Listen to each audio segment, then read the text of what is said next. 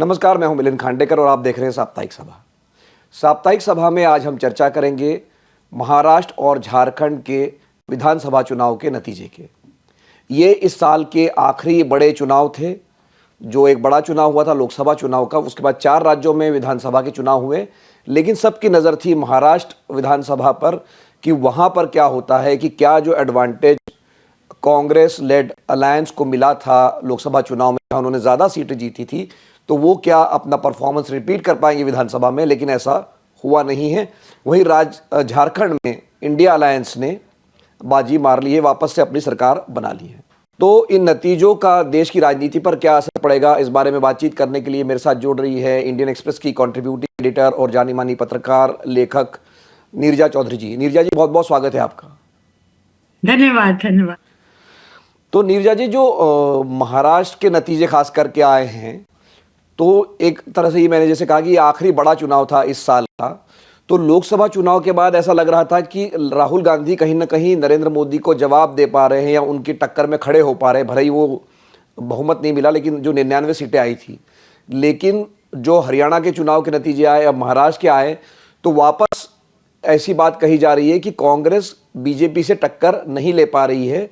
और इसका असर आप कैसे देखती है, ये जो बैटल एक बन रही थी राहुल वर्सेस मोदी की? देखिए, ये बात सही है। जबकि आंकड़े आए और भाजपा को 240 सीटें मिली, जो मेजॉरिटी से कम थी, तो लगा कि लोगों ने इस इलेक्शन में भाजपा पे अंकुश लगा दिया है।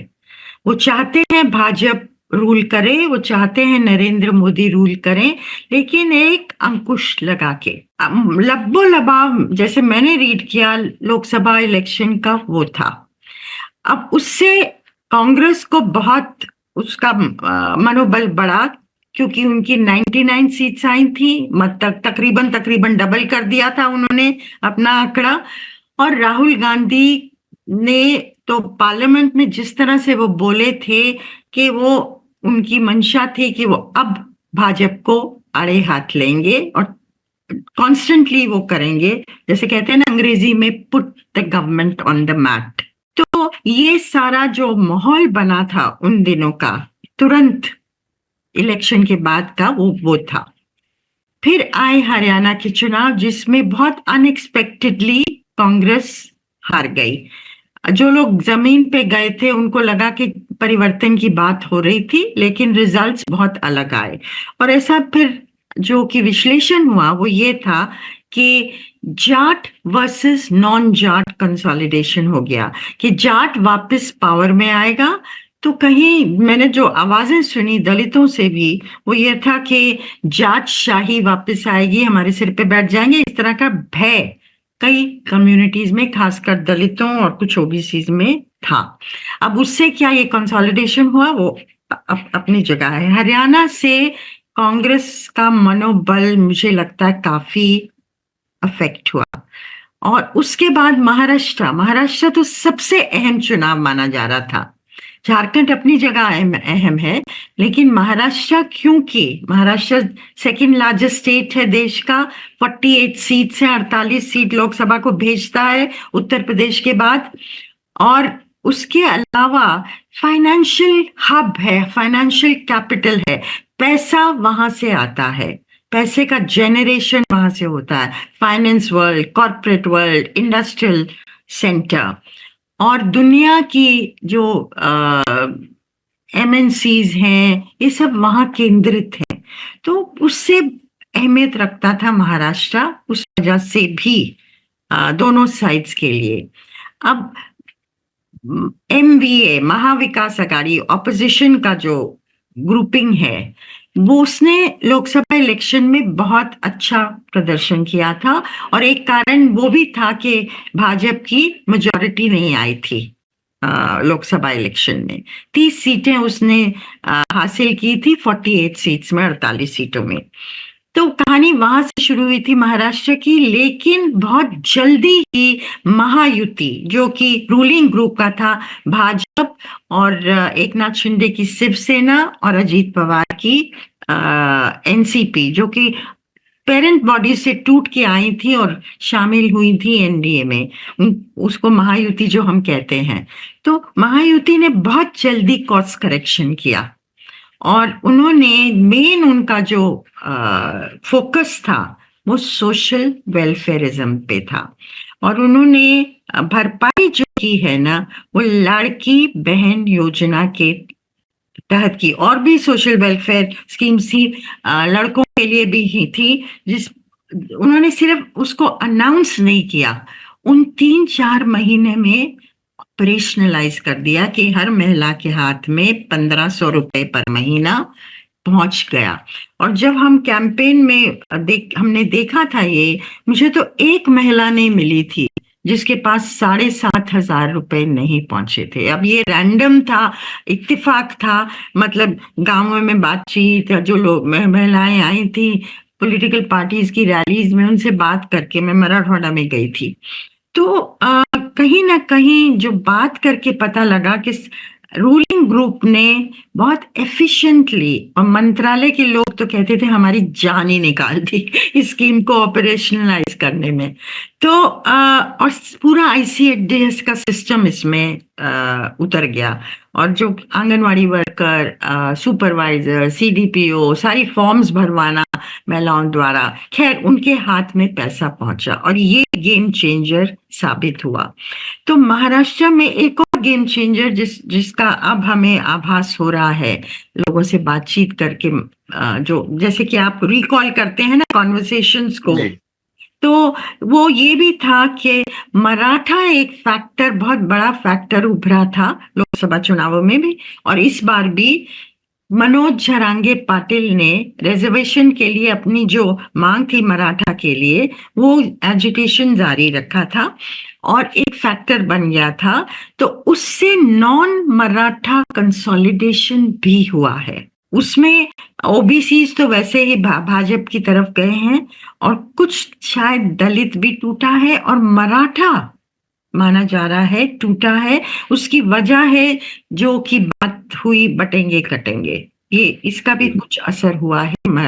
तो कुल मिला के जो कहानी थी लोकसभा की, वो कहानी डाइल्यूट हो गई। वो कहानी क्या थी? मराठा मुस्लिम दलित का कॉम्बिनेशन, जो हमेशा से, जिसकी वजह से कांग्रेस जीती पास्ट में, और एनसीपी भी जीतती थी पास्ट में, और लोकसभा में भी जीती एमवीए, वो डाइल्यूट हो गया असेंबली इलेक्शन में। उसमें 2-3 कारण थे। लड़की बहन योजना तो बहुत बड़ा कारण था जिससे महिलाएं काफी एक्साइटेड थी, और ये एक टेम्पलेट बनेगा भविष्य के लिए हर स्टेट में। मुझे लगता है हर पार्टी इसको अडॉप्ट करेगी, और कांग्रेस ने तो बीच में अनाउंस कर दिया था हम 3,000 रुपए देंगे महिलाओं को अगर हम पावर में आते हैं।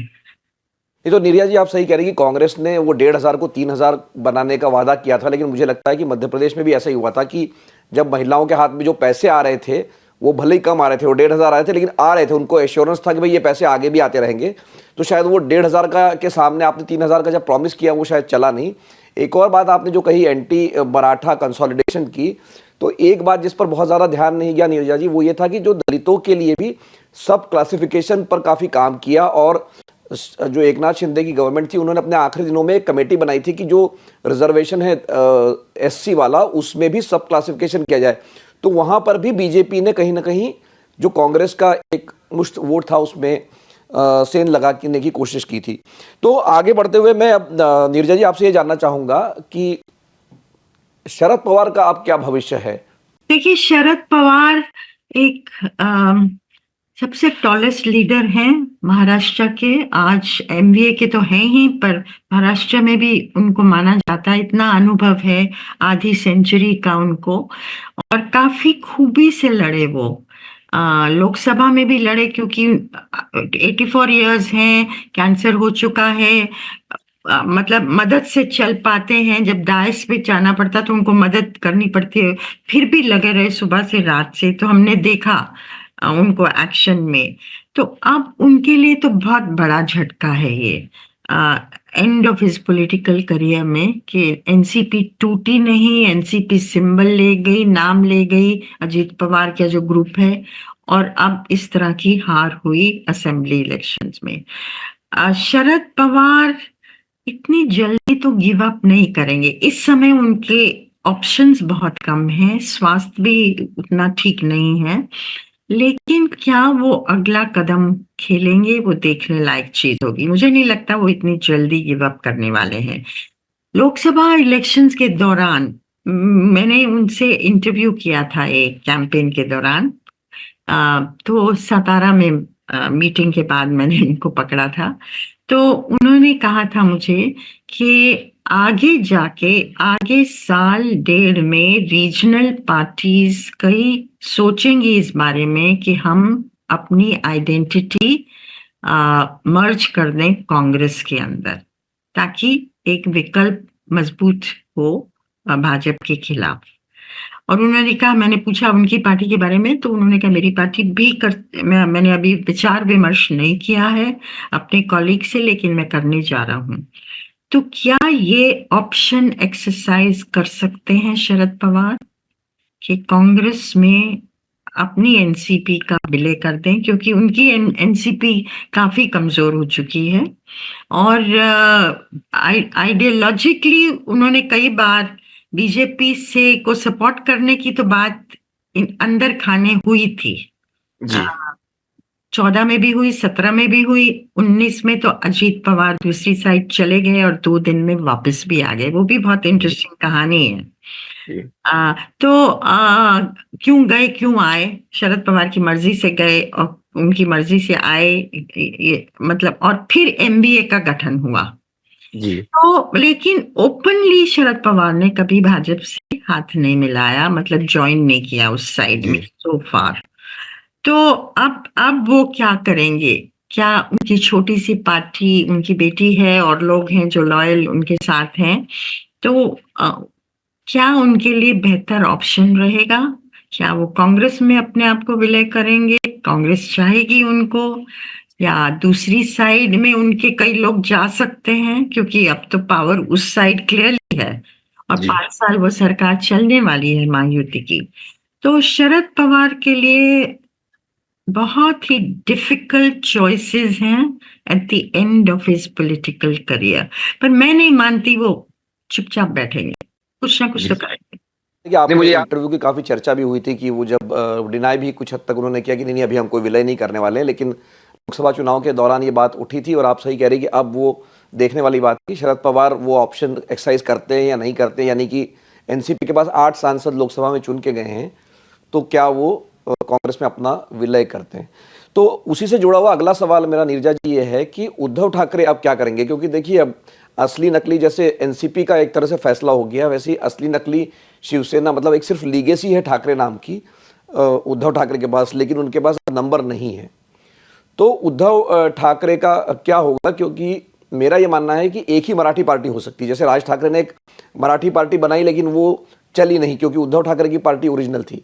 तो अब एकनाथ शिंदे और उद्धव ठाकरे के मुकाबले में उद्धव ठाकरे का क्या भविष्य है? देखिए वो भी बहुत इंटरेस्टिंग चीज होगी देखनी कि देख, एकनाथ शिंदे भी उभर के आए हैं, वो महायुति की पॉलिटिक्स का फायदा मिला और सोशल वेलफेयरिज्म का। और एकनाथ शिंदे को महिलाएं नाम से श्रेय देती थी लाड़की बहन योजना का, कि हमारे भाई ने हमें ये दिया है हाथ में और वो आगे जाके उसको कंटिन्यू करेंगे। जिन महिलाओं से मैंने बात की है उन्होंने महायुति की बात नहीं की थी, वो तो शिंदे की बात कहती थी कि हमारे भाई ने ये किया है। तो शिंदे ने बहुत खूबी से, जिस तरह से वो उभरे हैं, बहुत खूबी से उभरे हैं, क्योंकि जब वो उन्होंने पार्टी तोड़ी थी और चीफ मिनिस्टर उनको बनाया गया, बहुत लोग उनका नाम भी नहीं जानते थे, लेकिन जिस तरह से वो लड़के ऊपर उभरे हैं ना, तो साम दाम दंड भेद लड़ाई, और एक जैसे मैं कहती हूँ ना, अंग्रेजी में बोलते हैं फायर इन द बेली, वो उन्होंने जाहिर की है। तो अब उनके हाथ में पत्ते ज्यादा नहीं रहे हैं, क्योंकि और अभी तो अनाउंस नहीं हुआ है, लेकिन माना जा रहा है कि वो डिप्टी सीएम बनेंगे देवेंद्र फडणवीस के अंडर, अजीत पवार के साथ। तो वो चाहते तो सीएम बनना थे, उन्होंने कहा कि लीड तो मैंने किया है, लेकिन खैर शिंदे ले गए हैं major part of the Shiv Sena, और उद्धव के पास एमएलएस भी नहीं है, और जैसे कि हर एरिया में वोटिंग हुई है, उससे लगता है कि उनको काफी झटका मिला है। लेकिन पॉलिटिक्स में कुछ भी चीजें ऐसा नहीं कि स्टैटिक होती हैं, कि बदलती नहीं है। तो मान लीजिए शिंदे अभी ज्वाइन कर रहे हैं सरकार में, लेकिन बहुत खुश होके नहीं ज्वाइन कर रहे हैं कि डेप्यूटी सीएम बनना पड़ेगा, और उनको होम होम डिपार्टमेंट भी ऐसा कहा जा रहा है नहीं देने की बात है, वो बीजेपी रखेगी अपने साथ। तो आगे की पॉलिटिक्स में क्या रीअलाइनमेंट्स होते हैं, और एक चीज हमें याद रखनी होगी, देवेंद्र फडणवीस ब्राह्मण नेता है जो कि लीड करेंगे। मराठा फैक्टर बहुत बड़ा फैक्टर है महाराष्ट्र की पॉलिटिक्स में। और मनोज झरांगे पाटिल, जो फडणवीस और भाजपा का विरोध कर रहे थे, जो कोटा एक्टिविस्ट हैं, मराठा कोटा एक्टिविस्ट, वो शिंदे के प्रति और अजीत पवार के प्रति सॉफ्ट रहे हैं। तो आगे क्या रीअलाइनमेंट्स होती हैं? मान लीजिए शिंदे का ग्रुप नाखुश होता है, मान लीजिए भाजपा की जो 132 सीटें हैं, 4 अगर आप इंडिपेंडेंस भी जोड़ लीजिए, तो मेजॉरिटी फिगर से थोड़ा ही पीछे है ना, और पार्टियों को तोड़ते हैं, वो मेजॉरिटी हासिल करते हैं। तो क्या इन अलायंस के अंदर क्या होगा? क्या वो कंटिन्यू करेंगे उस महायुति अलायंस में, या रीअलाइनमेंट्स में? बहुत आगे, बहुत स्पेक्युलेटिव बात कर रही हूँ इस समय जी। लेकिन आगे की रीअलाइनमेंट्स हमेशा संभव हो सकती हैं, अब आज नहीं तो कल, नहीं तो परसों। तो क्या उद्धव ठाकरे उस दिन का इंतजार करेंगे कि वो एक पोल जो है मराठा पॉलिटिक्स को क्या वो परस्यू करेंगे, और मराठी पॉलिटिक्स, महाराष्ट्रियन अस्मिता जो है, मराठी अस्मिता, जो सब नेशनलिज्म माना जाता है महाराष्ट्र में, वो भी एक इश्यू रहा है, एक लहर रही है, एक अंडरकरंट रहा है ओवर द डेकेड्स। तो हिंदुत्व प्लस ये सब नेशनलिज्म शिवसेना के पीछे रहा है। तो ये सब चीजें आगे की चीजें हैं। लेकिन टू आंसर योर क्वेश्चन कि उद्धव ठाकरे क्या करेंगे, I think he will wide his time. क्या आज की स्थिति में राज ठाकरे क्या करेंगे? वो भी बुरी तरह पिटे हैं। क्या ये संभव है कि उद्धव ठाकरे और राज ठाकरे हाथ मिला सकते हैं? फिलहाल राज ठाकरे की पॉलिटिक्स हाल में जो असेंबली में रही है, वो देवेंद्र फडणवीस को मदद करने की रही थी। नहीं, ये सवाल तो बना ही हुआ है नीरजा जी कि क्या दोनों ठाकरे भाई जो है वो साथ में आएंगे, क्योंकि जो पार्टी की टूट हुई उसका उद्धव ठाकरे को तो फायदा मिला 2014 में, 2019 में, और बल्कि इस लोकसभा चुनाव में भी। लेकिन राज ठाकरे को पार्टी बना के लगभग 16-17 साल हो गए हैं, लेकिन उनके हाथ में सत्ता तो कम से कम नहीं ही आई है, बल्कि उनका प्रभाव अब कम होता चला गया है।